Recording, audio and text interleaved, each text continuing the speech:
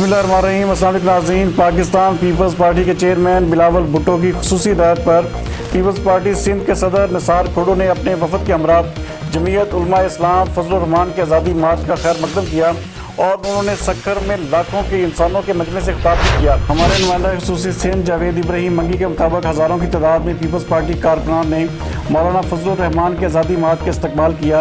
इस मौके पर गो नियाजी गो के नारों से पूरा सक्खर गूंज उठा। मजीद इस हवाले से देखते हैं जावेद इब्राहिम मंगी की ये रिपोर्ट।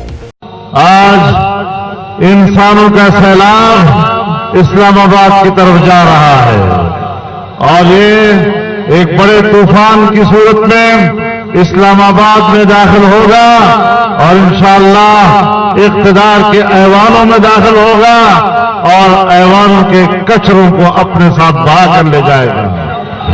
मुजाहिदीन मुजाहिद कोई है